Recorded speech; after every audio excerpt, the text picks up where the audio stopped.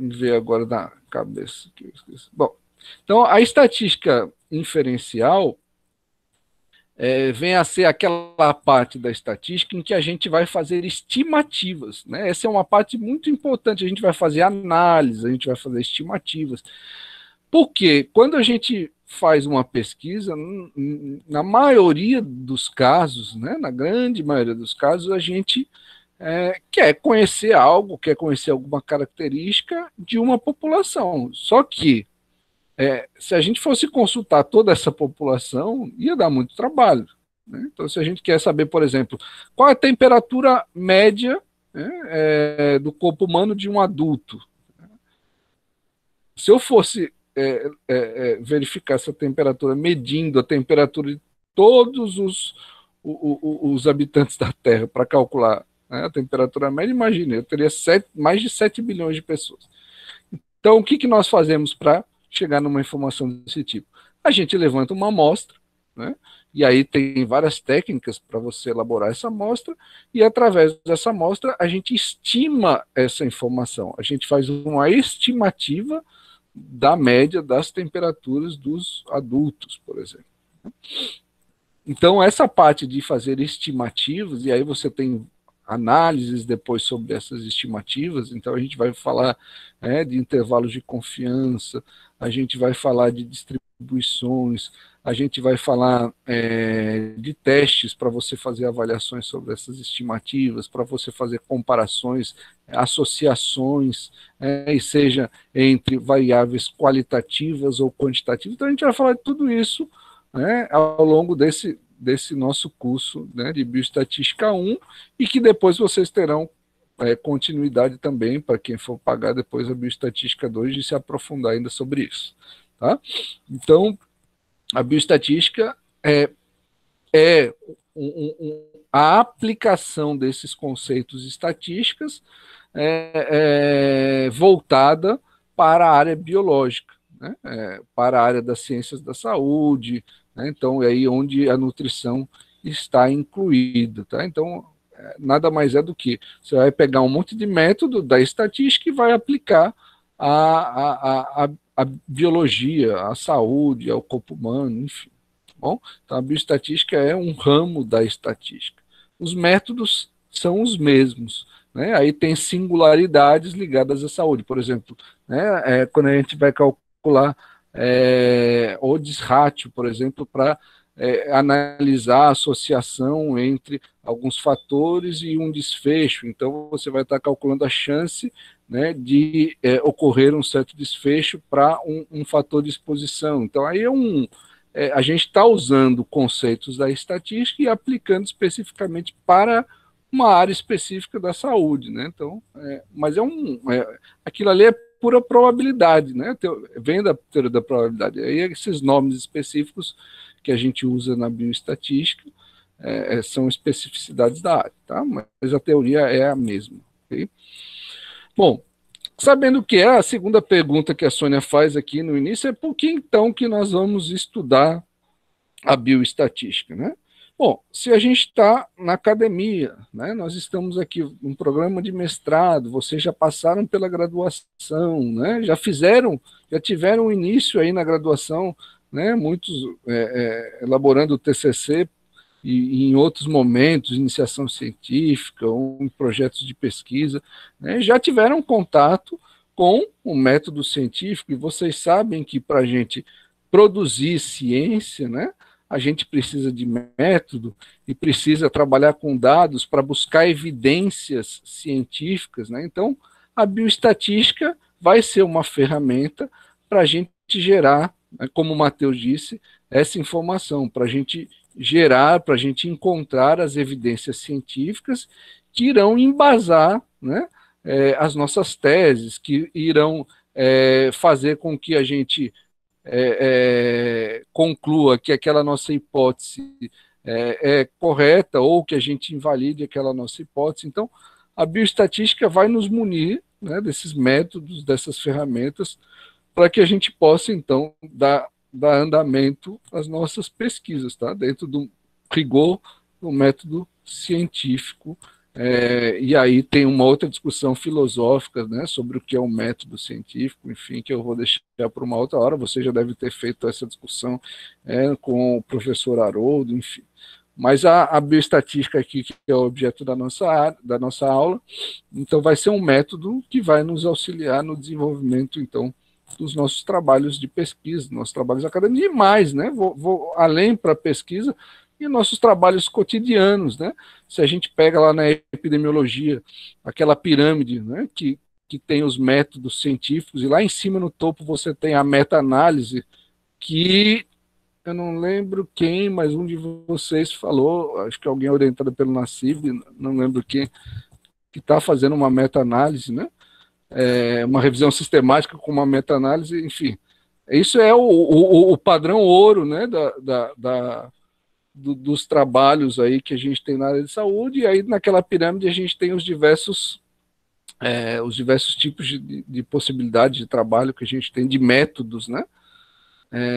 Para desenvolver, em todos eles você vai utilizar a estatística, né? Na revisão sistemática, na meta-análise você vai utilizar a estatística, num estudo experimental, num caso controle, num estudo de cohort, enfim, você ali em cada etapa, em cada método, né, você vai ter a participação da estatística naquele processo. Desde o estudo descritivo, lá embaixo, não vou falar do estudo in vitro, porque aí é um estudo laboratório, mas para você descrever os resultados, possivelmente você também vai utilizar. Tá? Então, em todos naqueles métodos presentes lá naquela pirâmide, que a gente estuda na epidemiologia, a gente vai se deparar com a estatística. Então, assim, dificilmente vocês vão conseguir fugir aí nos próximos meses, e espero que nos próximos anos, desses métodos, tá? Seja para a produção de conhecimento, ou seja, para adquirir o conhecimento através da leitura, né, de trabalhos acadêmicos, de trabalhos científicos, e da interpretação desses dados.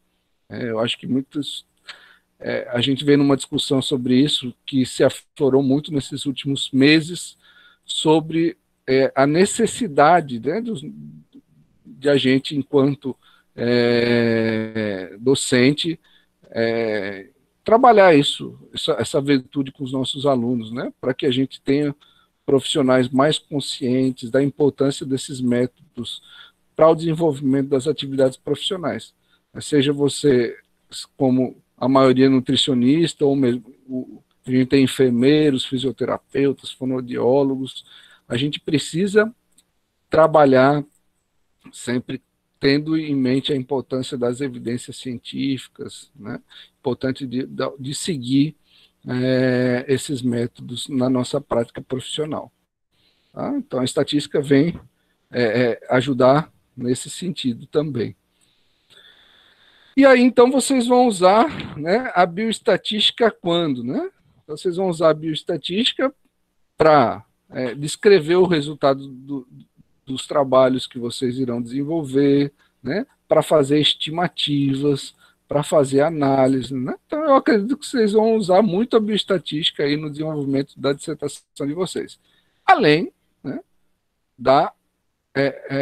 do uso para o entendimento de outros trabalhos, né, que vocês irão consultar, irão pesquisar, enfim, interpretação de dados. Tá bom? Bom, de forma geral, por enquanto é isso. Eu vou parar, assim, dar um pauzinho, né, para não ficar falando de tempo em tempo aqui, para ir perguntando aí como é que, se tem alguma dúvida, alguma pergunta, gente, um comentário. Senão só eu fico falando, e aí essa é uma dificuldade do ensino remoto, né? Tudo certo? Tudo certo, tranquilo, professor, até agora. Muito bem.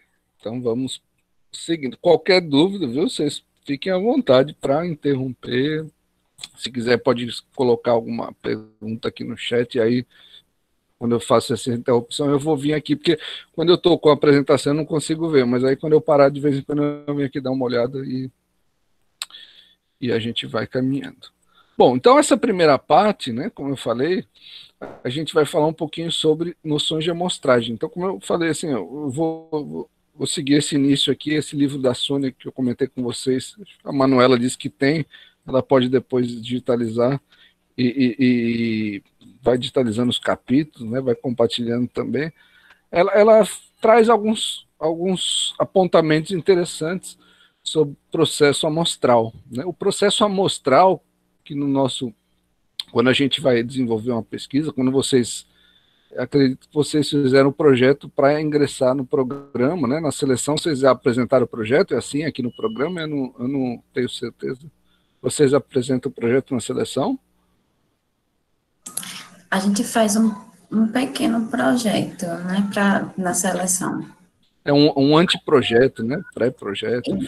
Isso, mas a gente não chega a apresentar, a gente só faz escrito. Certo, certo. Então, aí vocês talvez tenham passado um pouco por isso, né? Porque nessa fase de planejamento, né, ela é uma fase super importante.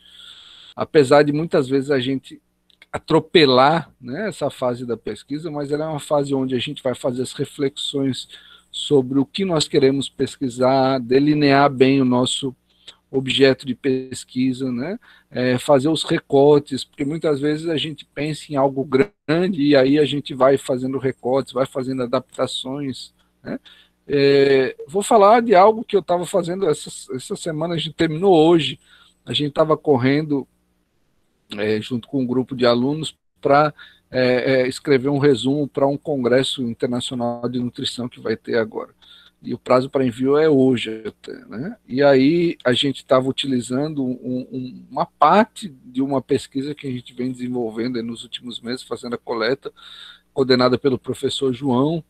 É uma pesquisa multicêntrica que pega aí os 9 estados da região Nordeste, então tem aí um representante em cada estado. O professor João coordena todos esse pessoal, e é uma coleta de dados, né, de pacientes que têm o caso de Covid confirmado via laboratório, via exame laboratorial, dá entrada no sistema de saúde, e aí a gente, né, tem acesso através, né, de parecer que foi aprovado no Comitê de Ética da UFAL e das outras universidades em cada um dos estados. A gente vai tem acesso aos pacientes, e aí conversando com cada um desses pacientes, explicando a pesquisa, pedindo autorização, né? Vocês conhecem bem esses procedimentos que devem ser aprovados pelo Comitê de Ética. Enfim, aí a gente coleta, né, de quem aceita participar, enfim, os dados. E a gente tem um banco que tá ainda em formação, né? É um estudo de coorte, então a previsão é que ele vai até dezembro.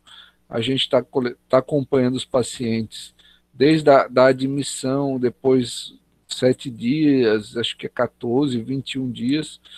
Enfim, a gente pegou um recorte desse trabalho e aí a gente estava trabalhando com alguns alunos para escrever um resumo, né, para o congresso.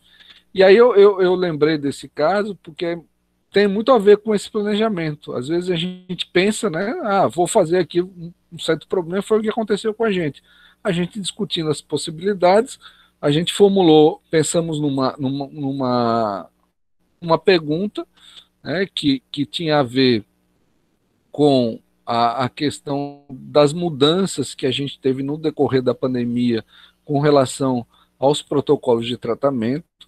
Se vocês lembrarem, lá no início, em março, abril, a orientação do Ministério da Saúde é que os suspeitos de Covid só procurassem o sistema de saúde se tivesse sintomas graves, né? Se tivesse falta de ar, febre e tal. Se tivesse sintomas leves, era para ficar em casa.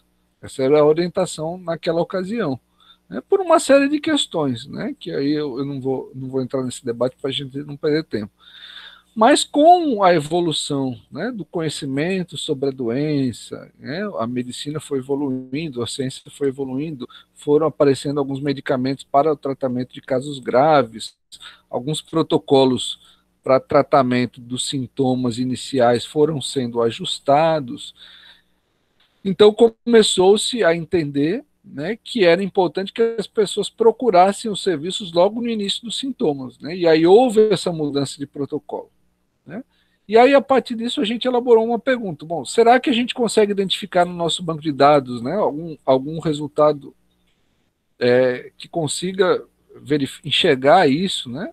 E aí a gente formulou uma hipótese para tentar verificar se o tempo de procura do atendimento, se tinha alguma associação com o agravamento da doença, né? E aí a gente formulou essa hipótese, e aí a gente foi olhar os dados, definimos as variáveis, e aí quando a gente analisou, a gente viu que a nossa hipótese para aquele banco, né, para a informação que a gente estava conseguindo chegar, ela não era válida, né? E aí a gente teve que redesenhar o nosso problema, né? Então, assim, o que estou dizendo é que essa parte inicial, esse planejamento, ele é muito importante na pesquisa, né? Às vezes a gente não dá valor, mas ele é muito importante.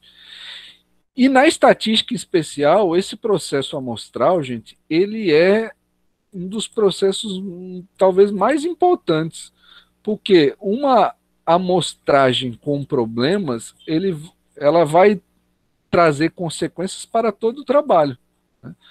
Para quem lembra um pouquinho do curso de estatística que já fez na graduação, quando a gente vai lá mais na frente, a gente vai falar disso, né? Vai falar lá dos testes de hipótese, da parte inferencial, que a gente fala das estimativas, né? A gente fala um pouquinho do erro que toda estimativa carrega. Toda estimativa tem um erro, tem uma margem de erro. Mas esse erro, ele é inerente do processo. Agora, ele não pode, e aí a gente tem que minimizar esse erro, né? A gente não pode carregar vícios, que a gente chama de vieses, né? Então, esse viés, ele tem que ser minimizado. E isso a gente faz, muito disso a gente faz no processo amostral, né? Então, escolher um processo amostral adequado, né? E aí a gente vai falar um pouquinho disso ao longo dos próximos slides, tá? Então, um pouquinho do processo amostral aí, um pouquinho de algumas noções, né? A gente vai falar de amostra lá na frente, de estimativas lá na frente, e hoje é só algumas noções de amostragem. Então, aqui eu tenho uma figura que representa um pouco, né, da estatística inferencial, né? Então, lembra que eu falei, quando eu falei da estatística inferencial, eu falei assim, o que é a estatística inferencial? Muito do que a gente vai trabalhar, e vocês vão utilizar isso ao longo das suas pesquisas, ela vai trabalhar com isso aqui. Você quer, quando faz uma pesquisa, obter um resultado de uma população, né? Um resultado que você quer generalizar para uma população, né? E essa população pode ser a população de uma cidade, de um estado, do mundo todo. Alguém falou que está fazendo a revisão sistemática e vai categorizar por continente, eu não lembro exatamente qual é o tema, enfim, e aí você vai escolher qual é a população que você vai trabalhar de acordo com o seu objeto, né? Mas você não vai pesquisar, não vai coletar dados, a não ser que você faça um censo, né, que é algo, por exemplo, que para o Brasil o IBGE só faz a cada 10 anos, né, dado a dificuldade. Então você não vai utilizar toda a população, você vai pegar uma parte dela, você vai pegar uma amostra, né, uma amostra dessa população. Então uma amostra é uma proporção, é uma parte da população, tá? E é justamente sobre essa parte, essa proporção que a gente trabalha para fazer estimativas que possam ser inferidas, que possam ser generalizadas para a população. Então, a estatística inferencial basicamente é isso. A gente utiliza uma parte, utiliza uma amostra para chegar em um resultado para toda a população, tá? Quando a gente calcula, né, medidas para uma amostra, então a gente coleta uma amostra e aí a gente vai calcular a média dessa amostra, o desvio padrão, tal, a gente está fazendo, está calculando estimativas ou estatísticas, tá? Então, medidas de uma amostra são estatísticas. Essa estatística aqui refere-se à medida da amostra, ou estimativas. Quando a gente usa essas estimativas, usa essas estatísticas para estimar, né, para generalizar para uma população, então nós estamos calculando os parâmetros da população. Então, quando a gente fala em média populacional, quando a gente fala em desvio padrão populacional, a gente está falando então de parâmetros dessa população. Tá? Bom, e como é que nós selecionamos essa amostra? Né? Então, eu coloquei aqui alguns processos amostrais que a gente pode utilizar. Né? Então, por exemplo, uma amostragem aleatória. Né? O que é uma amostragem aleatória? Você vai pegar dentro da sua população, existe alguns métodos para definir o tamanho da amostra, e o tamanho da amostra ele não tem a ver, ele não está relacionado com o tamanho da população, a gente vai ver isso mais para frente. O tamanho da amostra, considerando populações infinitas, considerando populações muito grandes, ele está relacionado com a margem de erro e com o nível de confiança que você quer utilizar.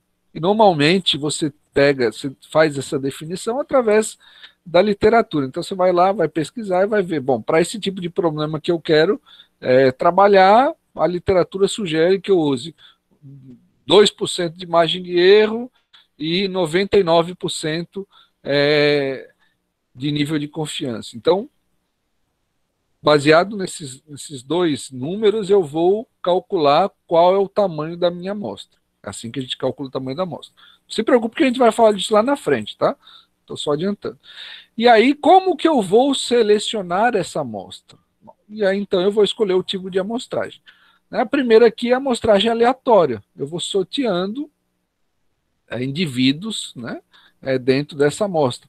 E aí eu posso combinar aqui, por exemplo, uma amostragem aleatória usando extratos da população. Né?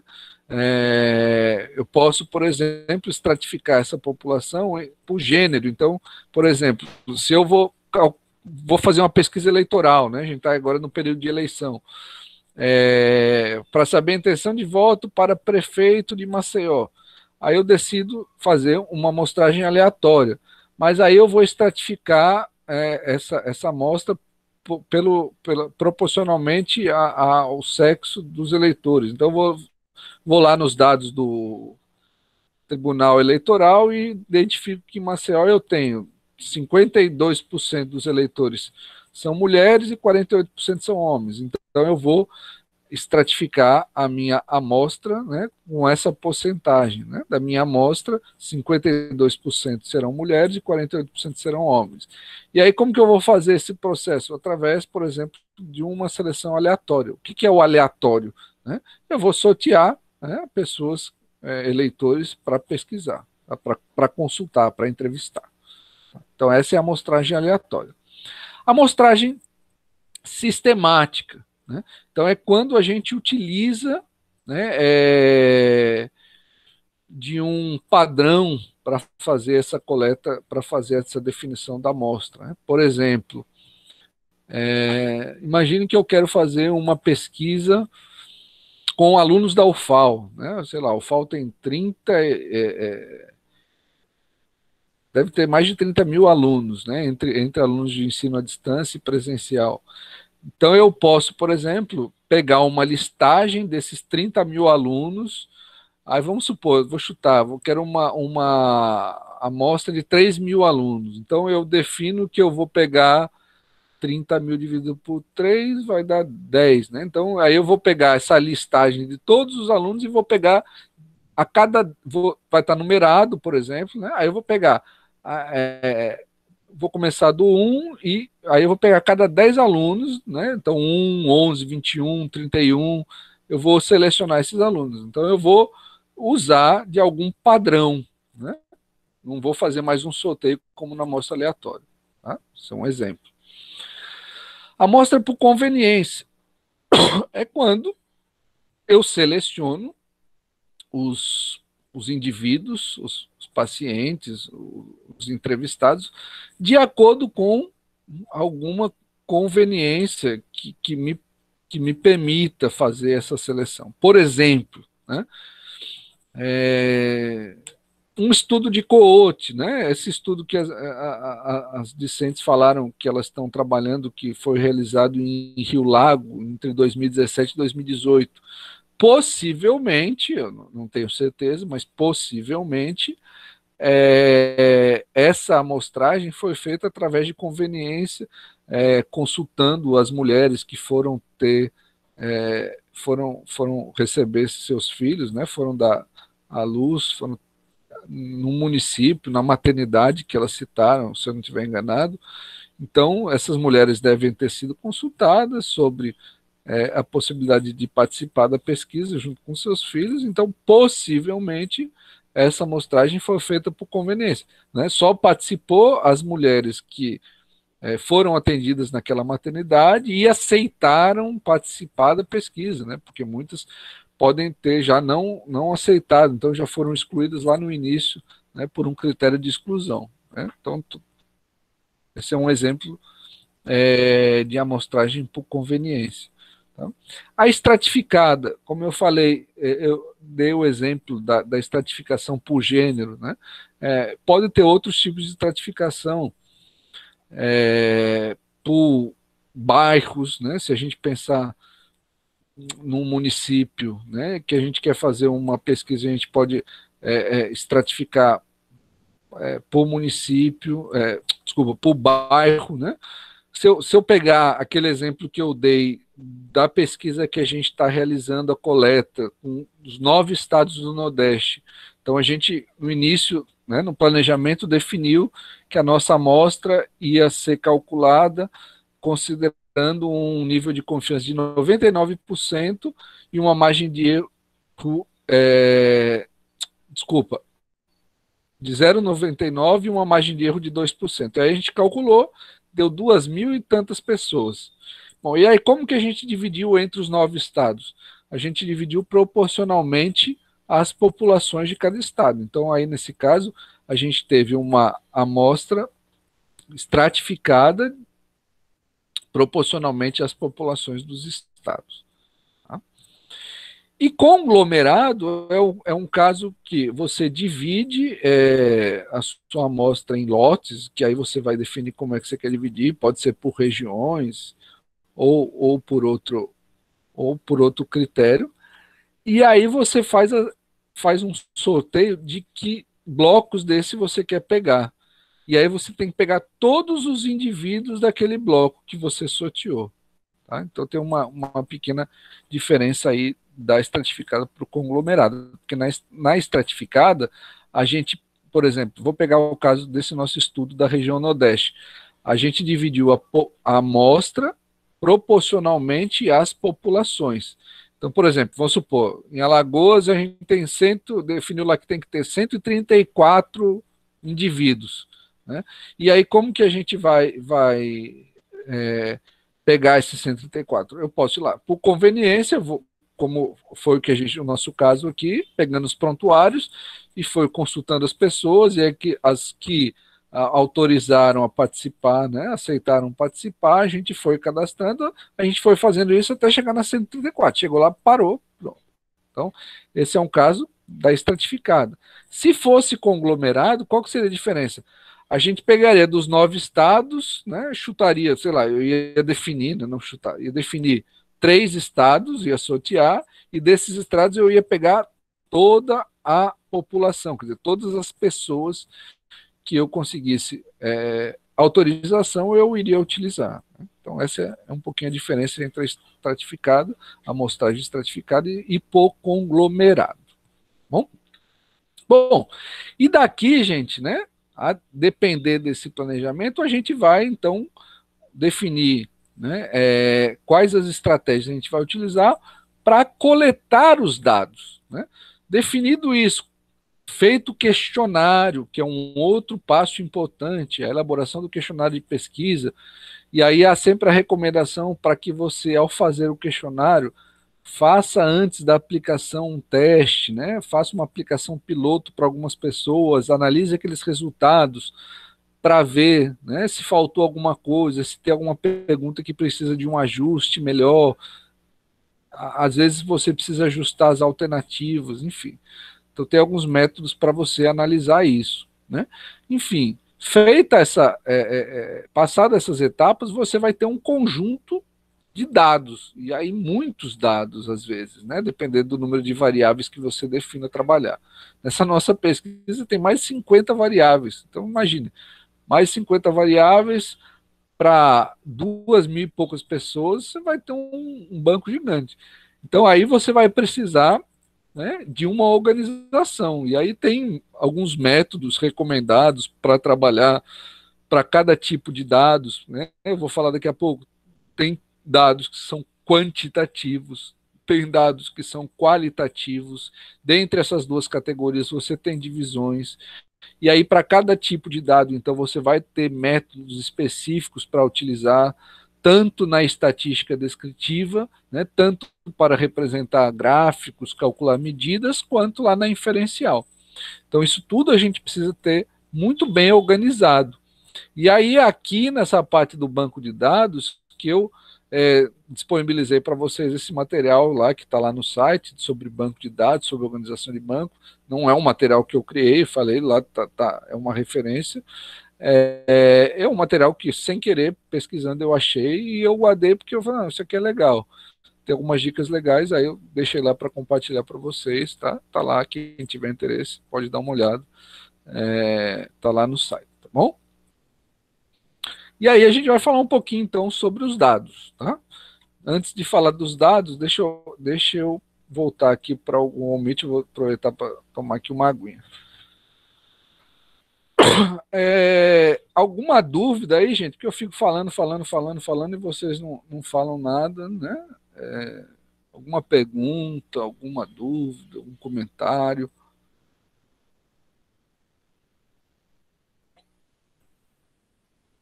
Tudo certo por enquanto, professor. Certo, né? Valeu, Thaís, a Manuela que colocou sem dúvidas, ótimo.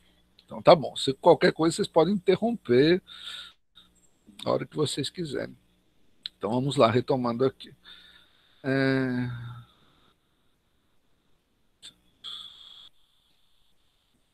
Tá, pega, eu tô no slide 6 ainda de 26. Bom, então vamos aqui. Então, quando a gente faz essa coleta de dados, né, aplica os questionários, a gente vai ter um monte de informação, a gente vai organizar essas informações, vai tratar, vai tabular. Aí a gente está com o nosso banco organizado, né? A gente vai ter variáveis, gente, né? Dados, pode ser variáveis, aí é um sinônimo, né? De diferentes tipos, tá? Então a gente tem uma classificação inicial que é onde a gente separa os dados qualitativos dos dados quantitativos. Eu sempre uso, eu tenho uma dificuldade enorme com memorização de coisas. Eu tenho minha cabeça meio ruim para decorar coisas. Aí eu sempre associei isso a quantidade e qualidade, né? Então, dados quantitativos são dados que estão relacionados a quantidades, né? E qualitativos a qualidades. Essas qualidades são classificadas ainda em dois níveis, o nível de mensuração nominal ou ordinal, enquanto os quantitativos são classificados em dados contínuos ou discretos. Tá? Vamos falar um pouquinho de cada uma dessas classificações aqui. O nominal, gente, então vamos lá, dados qualitativos. Então aqui não tem quantidade, é qualidade. Então, por exemplo, sexo, né? Se você pergunta o sexo da pessoa, vai lá, feminino ou masculino, sei lá, cor de preferência, né? Vamos pegar aqui, deixa eu pensar, sintomas, né? Então você vai lá fazer uma pesquisa, você pergunta quais os sintomas a pessoa, né, pacientes de COVID, quais os sintomas ele está tendo, né? E aí você vai ter dor de cabeça, tosse, dificuldade respiratória, enfim, a pessoa vai listando. Então, veja, isso são qualidades, né? Não tem número aí, não tem quantidade. Né? E apesar de, eu falei não tem número, mas veja, você tem dados qualitativos, por exemplo, que podem ser números. Né? Então, se você pega lá o CPF da pessoa, né? O CPF é um número. Agora, não é porque é um número que representa quantidade. né? O CPF é como se fosse o nosso nome, né? Se você pegar o seu CPF, aquilo ali não representa quantidade nenhuma, né? Diferente, por exemplo, de você pegar a sua idade, né? Então, são dados qualitativos. Aí, o que são dados nominais e o que são dados ordinais, né? Então, nominal é o que não tem ordem, né? Então, por exemplo, quando eu pergunto um sintoma, né? Dor de cabeça, febre, diarreia, né? Não tem ordem, né? Se eu colocar febre na frente, ou dor de cabeça, enfim, não tem uma classificação que eu possa fazer. Diferente se eu perguntar assim, ó, qual a intensidade, né, de dor de cabeça que você está sentindo? Aí eu posso fazer uma escala e colocar, você vai marcar de 1 a 5. 1 é não está sentindo dor de cabeça, e 5 você está quase tendo um AVC, uma dor de cabeça forte, né? Então aí quando você faz uma escala desse tipo, você está pegando a dor de cabeça e está colocando uma ordem, assim, uma intensidade, né? Então você está ordenando a dor, tá mais fraca para mais forte. Então nesse caso a gente tem um dado qualitativo ainda, mais ordinal, ok? Por exemplo, um outro caso ordinal aqui, né, que é muito ligado à nutrição, é o IMC, né? O índice de massa corporal. É um índice, porque você tem a razão entre o peso e o quadrado da altura. Não é isso, para não falar besteira, vocês me corrijam, né? O IMC é o peso sobre o quadrado da altura, né? Isso. Então, veja, aí tem uma tabelinha, você sabe melhor do que eu, que diz assim, se a pessoa tiver entre tal e tal índice, a pessoa qual é o mais baixo nível? Como é? É desnutrido? Não? Como se classifica? Baixo peso, desnutrição, depende. Depende, baixo peso, depois daí numa segunda faixa é normal, depois é o que? É sobrepeso, aí é obeso, é assim, não é? Tem esses intervalos, né? Então, veja. Acima é eutrofia, depois sobrepeso, obesidades. Certo, ok. Então, mas o que eu quero destacar? Porque apesar de ser um índice, ser um número, né? A gente tá relacionando esses números, veja, a esses níveis, né? Que são níveis ordinais. Então, o IMC acaba sendo uma variável qualitativa, ordinal. Aí a ordem vai ser importante. E os dados quantitativos, né? Então, os dados quantitativos são dados relacionados à quantidade, né? E aí a gente tem o que aqui nessa quantidade? A gente tem uma divisão entre dados discretos e dados contínuos. Na definição formal, os dados discretos são variáveis ligadas ao conjunto dos números enumeráveis, que é o conjunto dos números naturais, né? Numa linguagem mais fácil, assim, mais informal, a gente pode dizer que os dados são discretos quando representam quantidades que a gente possa contar, que a gente conta. E os dados contínuos estão ligados a intervalos reais. Então, são quantidades que a gente costumeiramente mede, né? Então, por exemplo, quando eu pergunto para uma pessoa, né, quantos filhos você tem? Ou, se eu faço uma outra pergunta, quantas pessoas moram em sua residência? Então, eu vou ter como resposta, né, 1, 2, 3, 0, né? Ninguém tem 1,5, 1,7, não. É 1, 2, 3, 4, 0, 1, 2, 3, 4. Não tem também número negativo, né? Então, é só números naturais, tá? Então, a variável discreta é aquela que está relacionada à contagem, tá? E a variável contínua está relacionado à medida, né? Então, por exemplo, quando a gente fala em peso, né?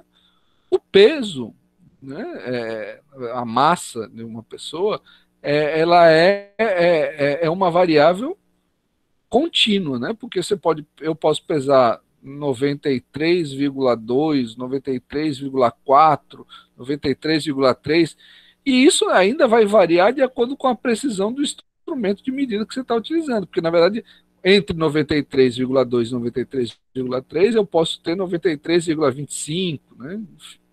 Então, o resultado vai estar dentro de uma escala de números naturais, dentro de um intervalo de naturais. Então, normalmente, a grosso modo, né, para simplificar, é isso. Quando a gente fala em medidas que a gente, em dados que a gente mede, a gente vai ter uma variável quantitativa discreta. Quando a gente fala, né, em algo que a gente, que a gente conta é discreto e que a gente mede é contínuo. Tá bom? Ficou claro isso, gente? Bom, alguns exemplos aí, ó, rapidinho para vocês participarem um pouco aí. Ó. Vamos lá, vamos classificar aqui, ó. Vamos supor que eu fiz um questionário para pesquisa e aí eu tenho essas variáveis aqui. Eu vou perguntar para a pessoa que eu estou entrevistando. Seu telefone para contato. Aí a pessoa vai me responder lá, 981078852, por exemplo. Né? Essa variável, vamos lá, vocês acham que é contínua ou é discreta?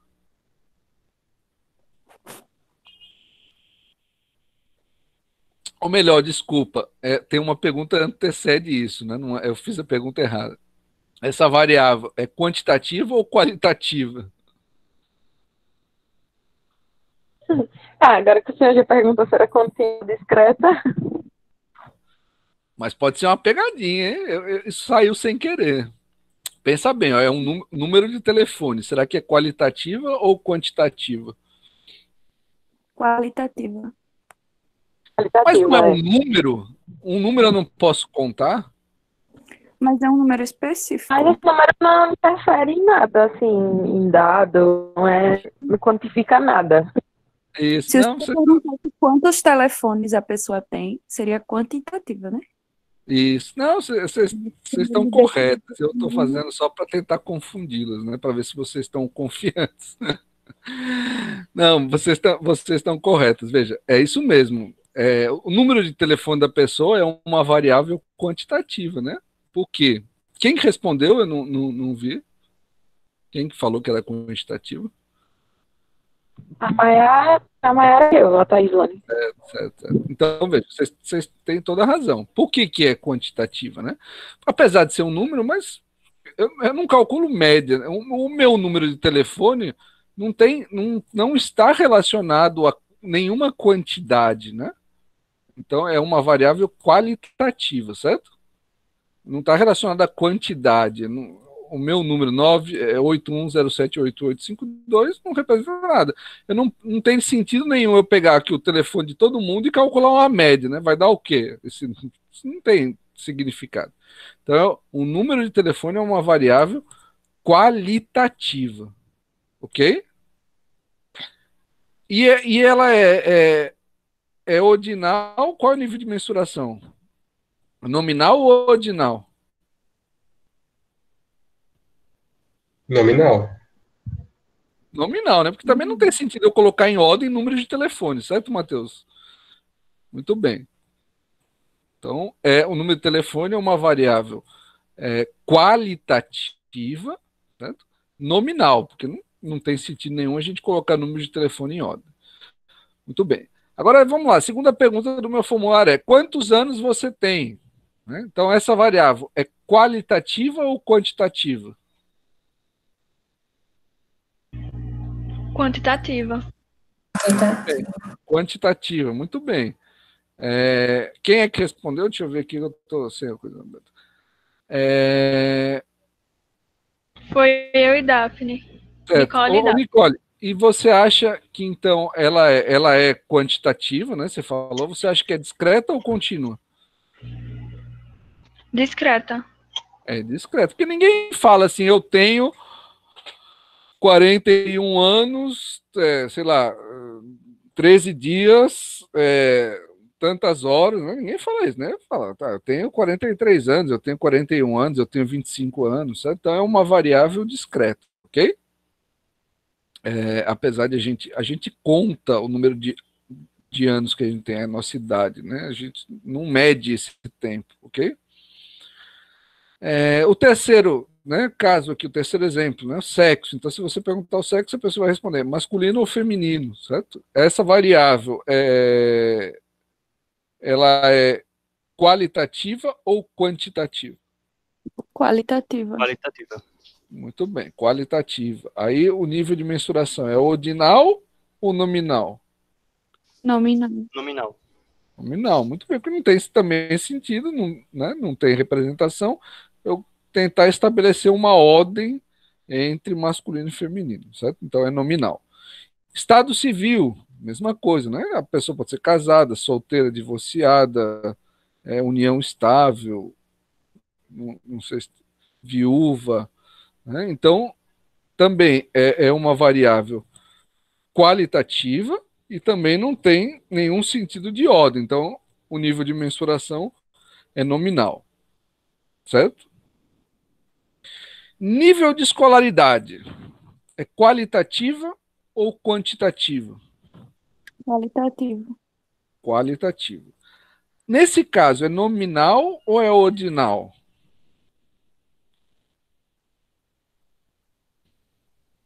Ordinal. Ordinal. Isso, muito bem, é ordinal. Por quê? Veja, aí eu posso classificar, eu posso dizer assim, ó, uma pessoa que tem um ensino superior, né, ela é mais instruída do que uma pessoa que só tem um ensino médio. Então eu posso colocar em ordem, eu posso colocar lá, nunca frequentou escola, né, ou sei lá, ou tem um ensino fundamental incompleto, ensino fundamental completo, ensino segundo grau, eu sou velho, né? Ensino médio, ensino superior, pós-graduação, enfim, né? Então aí eu tenho um nível, certo? Eu tenho uma ordem aí. Então é uma variável qualitativa ordinal. Tá? O próximo exemplo, você pergunta para o entrevistado, né? Onde você mora? Tem saneamento básico? Como que vai ser a resposta? Quais são as possíveis respostas?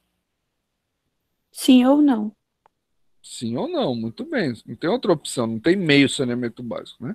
Então, sim ou não. Então, essa variável é qualitativa ou é quantitativa? Qualitativa. Qualitativa. E nominal ou ordinal? Qual o nível de mensuração? Nominal. Nominal, porque também não tem sentido aí o sim ou não representa a ordem, tá?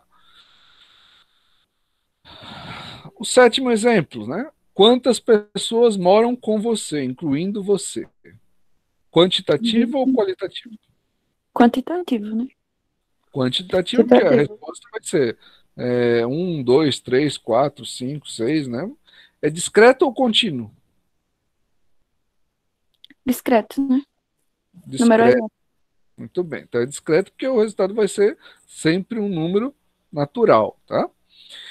E as duas últimas aqui, ó, dá para juntar, né? Vai ser a mesma resposta para as duas, tá? Então, qual a sua altura e qual o seu peso?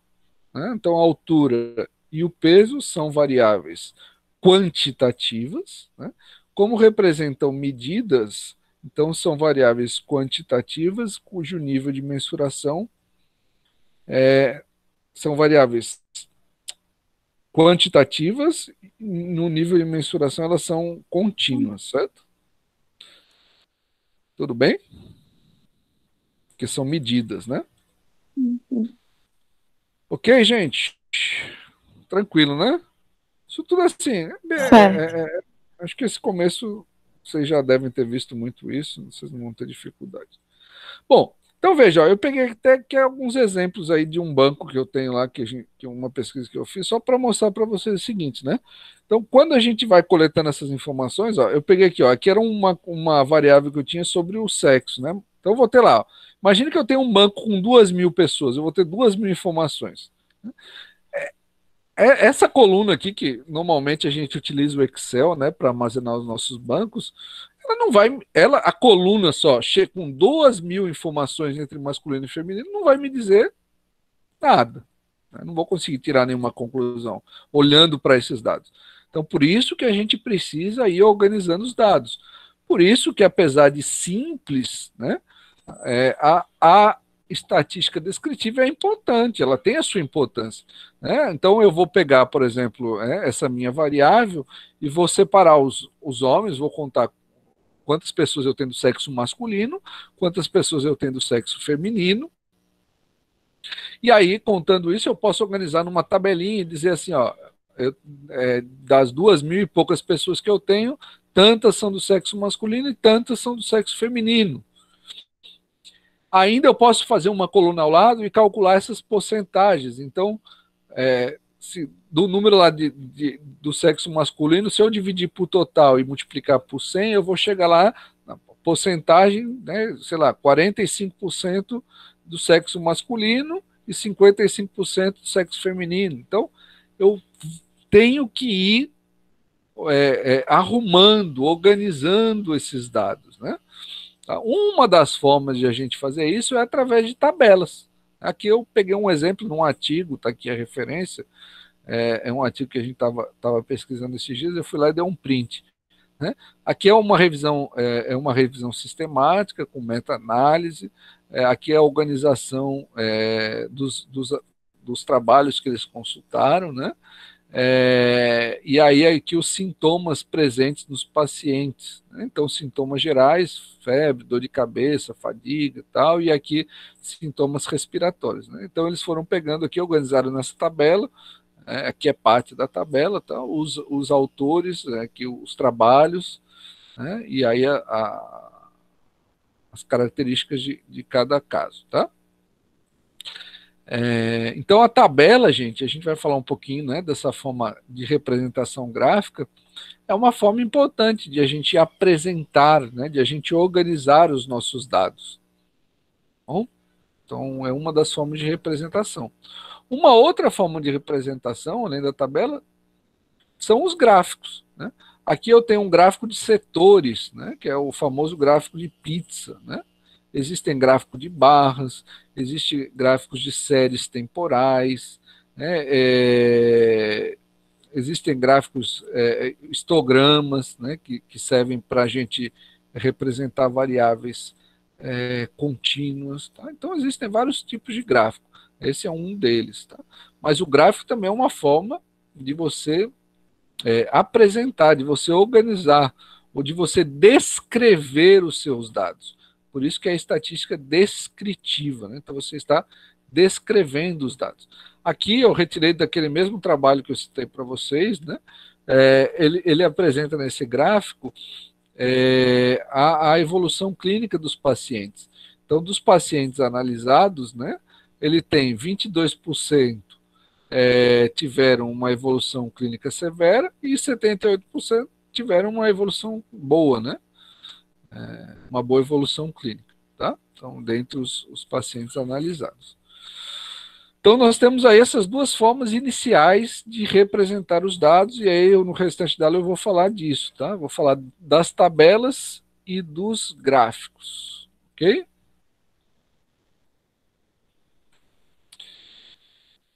Alguma dúvida até aí, pessoal? Uma pergunta? Tranquilo? Bom, apesar de simples, gente, a gente vai ver que existem algumas coisas que a gente tem que prestar atenção. Eu não vou ficar batendo muito nisso aqui, mas aí depois vocês podem pesquisar. Então, principalmente quando vocês forem elaborarem, né, forem elaborar, desculpa, trabalhos, né, artigos, relatórios, né? Então tem aí uma série de recomendações, melhor, até mais do que recomendações, normas que vocês devem seguir, né? Nós temos as normas aí que tem vários conjuntos de normas, né? Que no Brasil a gente tem a ABNT, que é a Associação Brasileira de Normas Técnicas, que tem um conjunto de normas. Aí, a depender do periódico que vocês forem submeter o artigo, pode ter seguir outras normatizações, Vancouver, enfim. Então, tem vários conjuntos. E aí vocês têm só que se atentar a isso, né? Qual é o formato da tabela, o formato correto. Muita gente confunde tabela de quadro, né? Então, a tabela, por exemplo, não tem aquelas linhas verticais. Aquilo é um quadro. O título, né? Tem uma diferença entre tabela e gráfico, um vai em cima, o outro vai embaixo. Então, assim, são coisas, eu não vou ficar batendo isso aqui, não é o objetivo, mas só chamando a atenção que são importantes, né, para a divulgação científica, né, para que a gente tenha um padrão, tá? E aí depois estou chamando a atenção que vocês se atentem a isso quando vocês forem produzir, enfim, isso é importante. A gente é cobrado, né, sobre isso. E ninguém fica fazendo isso na mão, por isso que a minha intenção é poder trabalhar um pouco com vocês no curso, né? Eu não sou nenhum expert em programas, sei o básico, né? Se a gente avaliar que seja positivo, eu posso passar um pouco para vocês. E tem muita coisa na internet hoje, né? Vídeos, tutoriais, ensinando a fazer, então sempre que a gente precisa é fácil de encontrar. Tá? Mas a intenção é a gente utilizar algum software, e aí dentro do que a gente tem disponível, o R é uma boa opção, que é um software livre, então eu vou fazer esse levantamento para ver como a gente vai caminhar, né? Hoje em dia a gente tem várias ferramentas para produzir tabelas, gráficos, métodos estatísticos de análise de dados, enfim. Então a ideia é usar um pouco delas. Bom, mas vamos voltar aqui, ó. Então eu retirei, né, agora o restante aqui, praticamente todo da aula, dessa apostila da professora Denise Begamage, que eu comentei com vocês no início da aula. Então, acho que quase todo o resto aqui dos slides vai ser dela, dessa apostila, tá? A referência está aqui embaixo. Então, ela chama atenção aqui para os elementos da tabela, né? Então, o título da tabela, no caso da tabela, vem aqui em cima, ó, né? Então, você vai lá, tabela 1, né? Essa numeração vai acompanhar aí a evolução, a quantidade de tabelas que você tenha no seu relatório, no seu paper, no trabalho que você esteja fazendo. Você vai numerando as tabelas e vai colocar o título aqui, né? O que você vai colocar no título? Então, ela dá algumas indicações, né? A natureza do fato estudado, né? As variáveis, onde quando, né? Por exemplo, nesse relatório que a gente vem fazendo já, 16, 17 semanas sobre a evolução da Covid em Alagoas, a gente tem lá uma tabela que a gente apresenta os indicadores sugeridos pelos epidemiologistas ligados ao consórcio Nordeste. A gente seguiu a metodologia que eles sugeriram, e aí a gente tem lá no nosso relatório uma tabela, né? Vocês podem, se tiver curiosidade, depois quiser baixá-la, tem no site da FANUT os relatórios dessas semanas todas. E aí a gente descreve, né, evolução da Covid, número de casos em Alagoas, da semana epidemiológica tal, né? Então a gente coloca aqui no título, o número da tabela e o título, né, descrevendo aí essas informações como a Denise descreve aí nessa parte da sua apostila, tá? Isso vai aqui em cima no título da tabela. Nessa primeira linha aqui da tabela, você vai colocar o nome da variável, né? Sei lá, você está estudando, por exemplo, número de novos casos de Covid, número de óbitos, enfim. Então, aqui é a variável. Aqui você vai colocar a frequência, né? Aqui você vai colocar a porcentagem, se você quiser, e calcular a frequência relativa. Então, aqui você vai ter as variáveis, por exemplo, né, no estudo que a gente fez, a gente no começo estava analisando por região de saúde, então a gente colocava Alagoas, Maceió, Arapiraca. Em um certo momento a gente começou a destacar Arapiraca, porque o número de casos começou a subir muito. Depois a gente colocava as 10 regiões de saúde, então, né, cada linha tinha uma informação dessa. Aí depois a gente colocava número de óbitos, número de casos, né? E aí depois calculava umas razões lá que que era o indicador sugerido, né? Então aqui, por exemplo, você pode ter algo mais simples, né? Se você, por exemplo, quiser ter uma tabela para representar aquela coluna que eu coloquei, masculino e feminino. Então, a sua variável vai ser sexo. Aí você pode ter uma linha para masculino, uma linha para feminino. E aí você vai colocar na sua amostra de 2.000 e poucas pessoas quantos masculinos e quantos femininos, né? Que é a frequência, o número, né? De cada uma das variáveis. E aí depois você pode calcular a porcentagem. Tá? A porcentagem é interessante para você fazer comparações entre amostras diferentes, entre variáveis diferentes. Bom, por último, aqui embaixo, abaixo da tabela, você vai colocar a fonte, se essa tabela foi retirada de algum lugar, se os dados foram retirados de algum lugar. Por exemplo, essa tabela que a gente faz no boletim que a gente produz semanalmente, nós elaboramos a tabela, mas os dados, eles são dados do Ministério da Saúde. Então a gente coloca a fonte, né? Elaboração própria com dados do portal Covid do Ministério da Saúde, aí coloca lá a referência do site.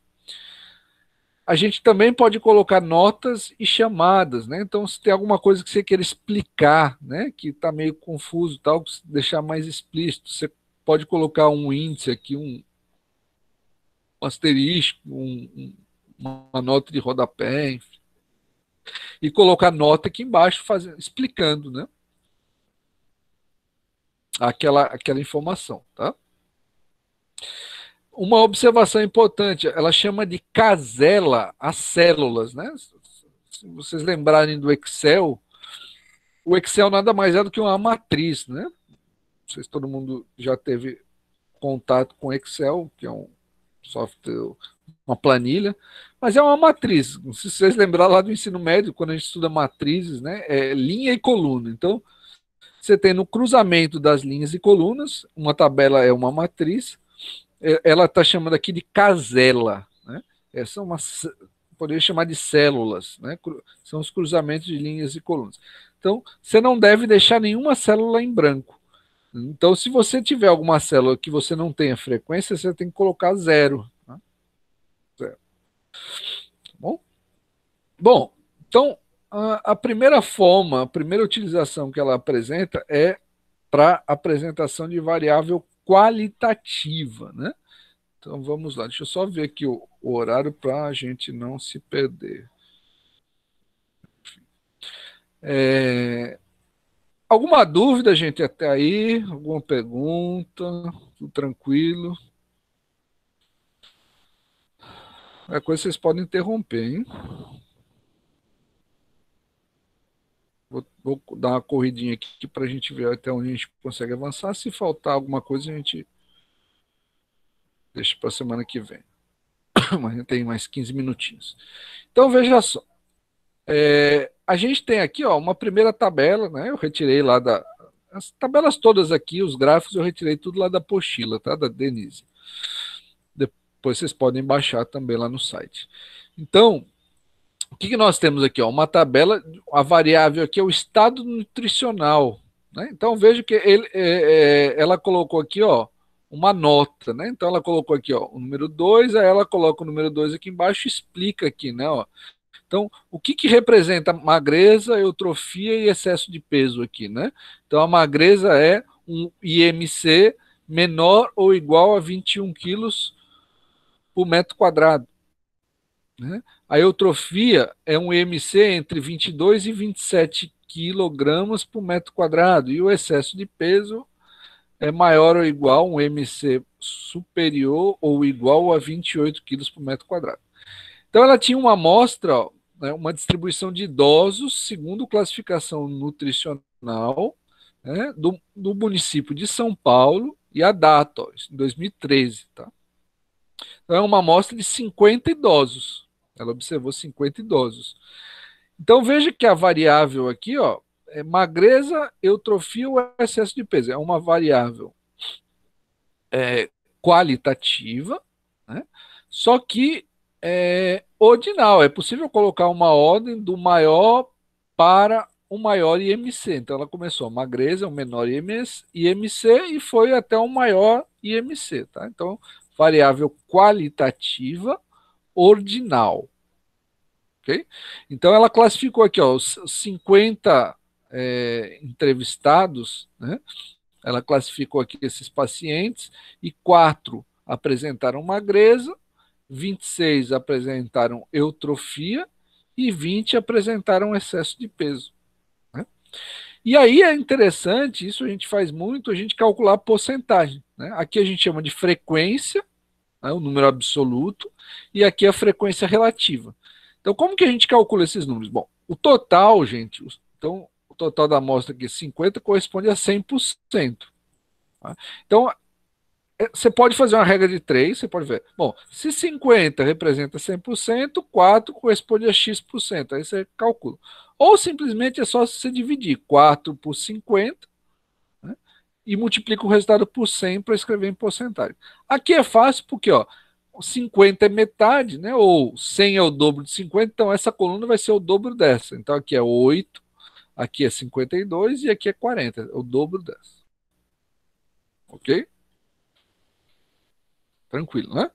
Então, quando a variável é qualitativa, né, o que a gente consegue fazer é isso, é variável, frequência, no máximo calcular uma porcentagem. Não tem mais muito o que fazer. Não tem sentido eu calcular média aqui, né, nada. Tá? Bom, um outro exemplo. Ó. Aqui eu tenho uma tabela que representa o quê? Ó? Então, sempre o título aqui em cima. Ó. Então, o título vai descrever, né, o que a tabela, o que esses dados representam. Então, eu tenho distribuição de crianças segundo níveis séricos de retinol. De onde são essas crianças, né? É de Cansanção, acredito que é um município, não tenho certeza, mas acho que é da Bahia, né? Do estado da Bahia. E essa amostra foi colhida em 1992, então já tem aí quase 30 anos. Bem, então, como que esse nível de retinol sérico foi classificado, né? Bom, ela coloca aqui, ó, 2 notas, tá? Então, as crianças, ó, o índice, a nota 1 aqui, ó, as crianças tinham entre 0 e 72 meses, portanto, 72 são quantos anos? Eu tô 12, 6, né? Entre 0 e 6 anos, tá?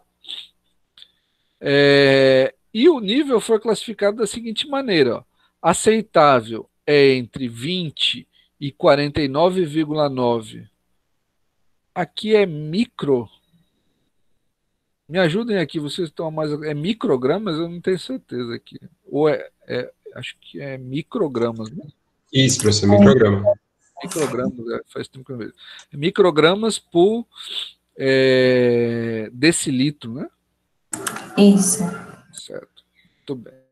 Então é entre 20 e 49. Aí depois o baixo é entre 10 e 19,9. E o deficiente é menor que 10. Aqui tem uma questão importante, gente. Cada categoria aqui, ó, tem que ter. Você não pode sobrepor. Né? O que significa? Como aqui vai até 19,9 e aqui vai a partir do 20. Né? Então, você não pode, por exemplo, eu não poderia colocar 20 aqui e 20 aqui, né? Porque aí eu teria por exemplo, se eu tivesse uma criança com nível 20, eu não saberia em que categoria classificá-la. Então, as categorias são excludentes, tá? Então, você não pode ter repetição. Isso é uma questão importante aqui nessa organização. Tá? E outra coisa, as categorias têm que pegar todas as pessoas. Né? Eu não posso, por exemplo, aqui tem até o 49,9. Né? Se eu tivesse alguém com 60 microgramas, alguma criança com 60 microgramas por decilitro, eu não teria onde classificá-la. Né? Então, as categorias têm que abranger a toda a amostra. Uma outra questão importante. Não posso deixar ninguém de fora. Bom, então aqui a nossa amostra tinha 161 crianças, sendo que 89 estavam com nível aceitável, né, de retinol sérico, 65 baixo e 7 deficientes. E aí, quando eu calculo as proporções, né, eu faço 89 dividido por 161. Aí, para escrever em porcentagem, é só multiplicar por 100. Então, se eu faço 89 dividido por 161 vezes 100, eu chego no 55,3. Depois eu faço 65 vezes 161, né, eu chego no 40,4. Tá? 7 dividido por 161 vezes 100, eu chego no 4,3. Então, porcentagem, gente, é uma fração de denominador igual a 100. Então, se você divide dois números, você tem uma razão, você tem um número. Se você quiser escrever em porcentagem, é só multiplicar por 100. Essa tabela foi retirada de onde? Bom, aí ela colocou a fonte aqui. Ó. Essa tabela não tinha fonte, então provavelmente isso é de algum trabalho dela. Né? É até correto, se for de outro trabalho, é citar, mas é que ela não se preocupou. Tá? Aqui não, ela citou, ela retirou essa tabela, né, desse autor, esse trabalho Prado, MS et al., de 1995. Então, sempre que vocês pegarem uma tabela de algum lugar, vocês colocam a fonte. Eu até recomendo, mesmo que se vocês elaborarem a tabela, escreve fonte, elaboração própria. Pronto, isso evita problemas, né? Questionamentos. Outro exemplo, né? Ó, distribuição de culicídio segundo espécie. Ó, eu vou passar rápido, tá, gente? Ó, aqui tem o N, né? Aqui tem as categorias. Só uma observação. Aqui a gente tem uma nota explicativa, né? Aí ele fala, o que são essas outras, né? Aí ele coloca aqui, ó, ele descreve. Isso serve para quando você tem no seu questionário, né, sintomas. Aí você coloca lá, né, os principais sintomas, você consulta na literatura e coloca febre, diarreia, blá. Aí depois você coloca um campo lá no questionário, outros.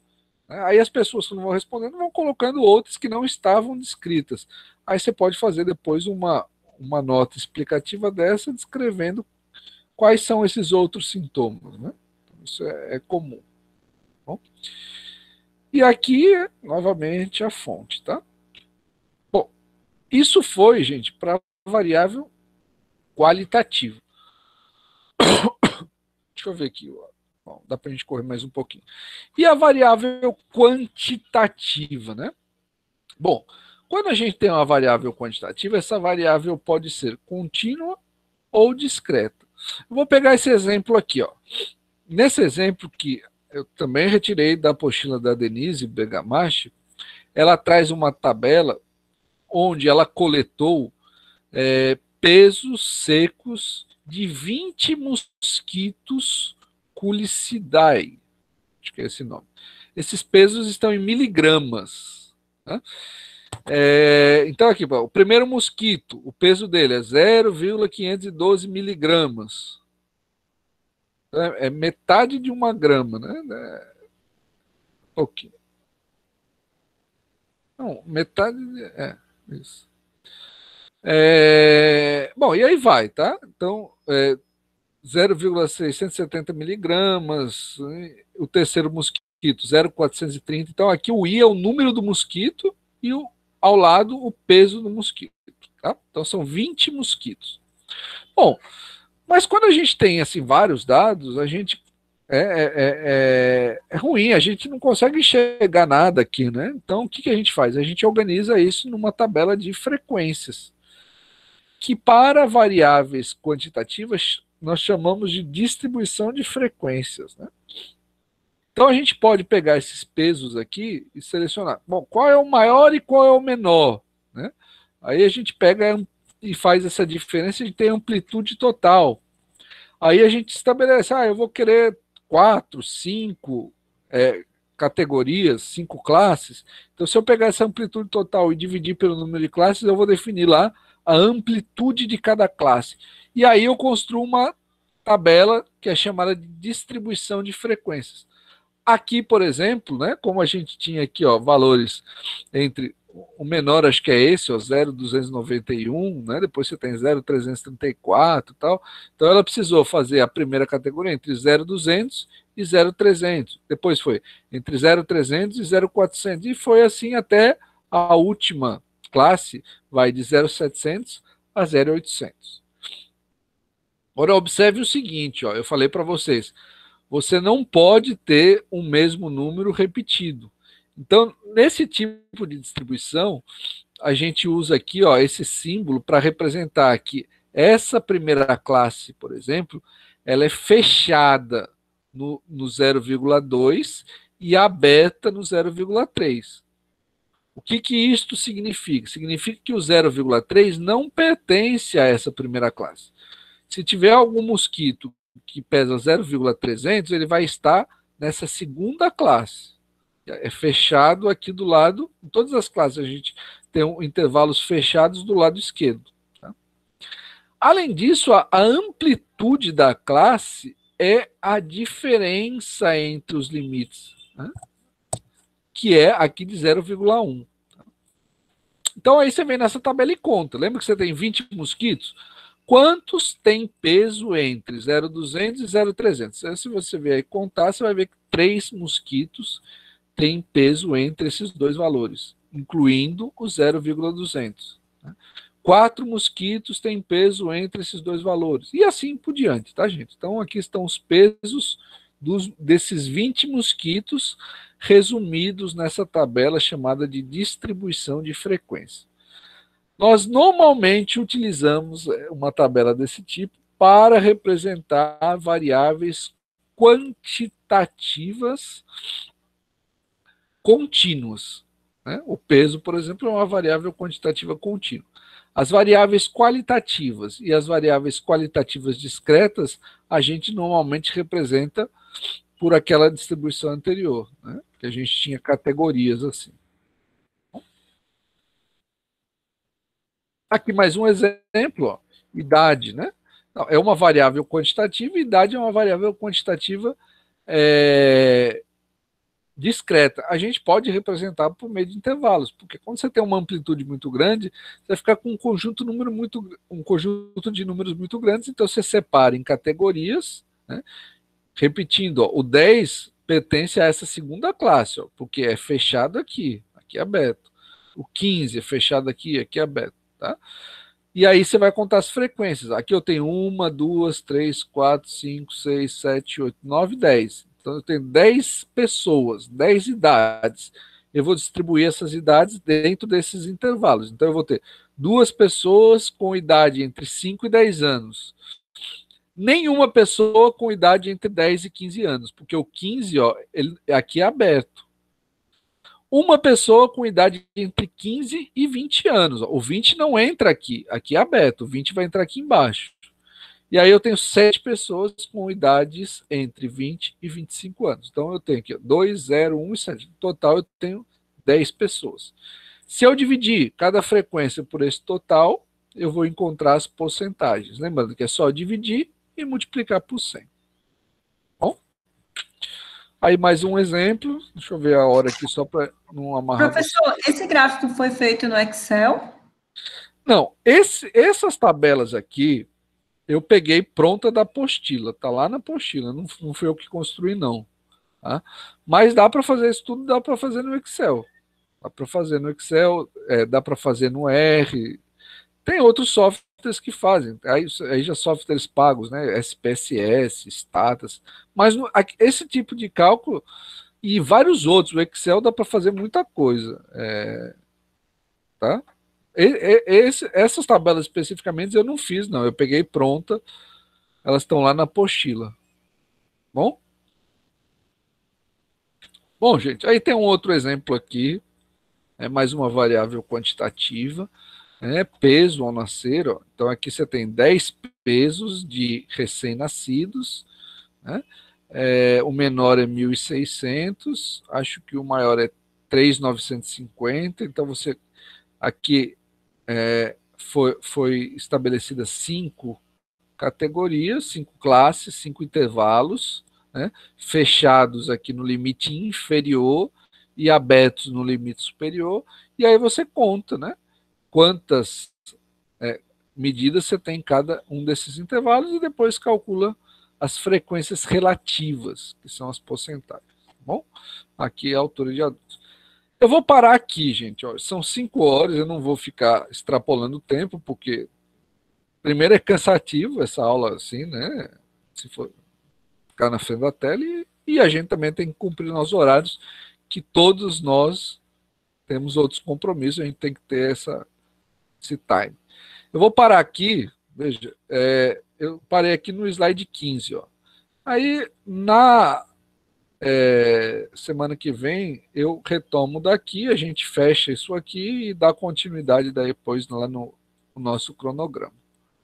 Tá bom? Eu vou fazer o seguinte, como eu combinei com vocês, eu vou elaborar eu fiquei meio atrasado, um questionáriozinho que eu vou compartilhar com vocês lá no WhatsApp, eu quero ter a ideia, essa disponibilidade que vocês têm para a gente ver qual é a ferramenta que a gente vai utilizar. E aí, a partir da semana que vem, com isso definido, eu vou passando alguns materiais para a gente ir trabalhando também com essa parte mais prática.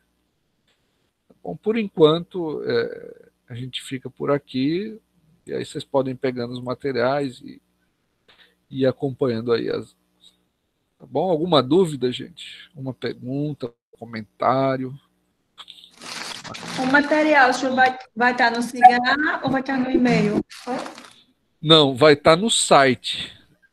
Tem um site que eu passei aqui, lá na primeira coisa, deixa eu voltar aqui, ó.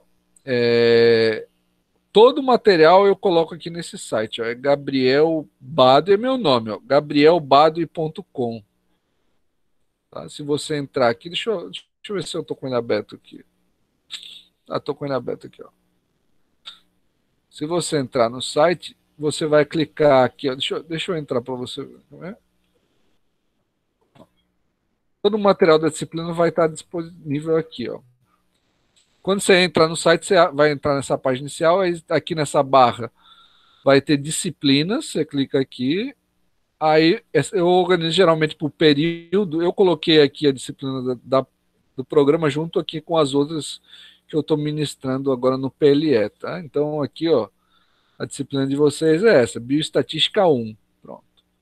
Aí entrou aqui, ó, aí vai estar tudo da disciplina vai estar aqui. Então tem o cronograma, esse slide que eu estava utilizando da aula de hoje já está aqui disponível, essa apostila de onde eu tirei essas tabelas, né? E tem outros materiais que vocês podem olhar, tem inclusive uns exercícios, se vocês quiserem praticar, já está aqui disponível.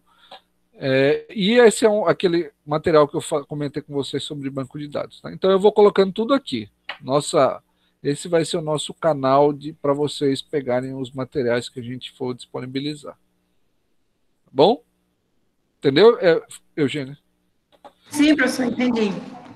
Tá bom. Mais alguma dúvida, gente? Alguma pergunta? Não. Tranquilo? Então tá, eu vou baixar o vídeo assim que terminar. Eu vou disponibilizar também o vídeo lá no canal do YouTube, se alguém depois quiser pegar algum trecho, assistir, enfim, está lá à disposição. Tá? Thaís, quer falar alguma coisa? Não, professor, disse que estava tudo certo. Tá. A Manuela colocou até aqui, ó, Gabriel Bado e tal, o link do site, né? Joia. Bom, e aí, todo mundo entrou lá no grupo, eu vou até ver se tá aqui no chat também tem um link, se alguém não entrou e quiser entrar. Eu vou compartilhar um livro que eu tenho aqui digitalizado de estatística do Triola. Se alguém tiver algum outro material, se quiser compartilhar. Enfim, o grupo serve para a gente se comunicar, serve como fórum de discussão. Fiquem à vontade. Tá bom? Qualquer coisa, eu estou à disposição. Certo? Eu vou encerrar aqui, vou parar a gravação e aí a gente finaliza hoje por aqui.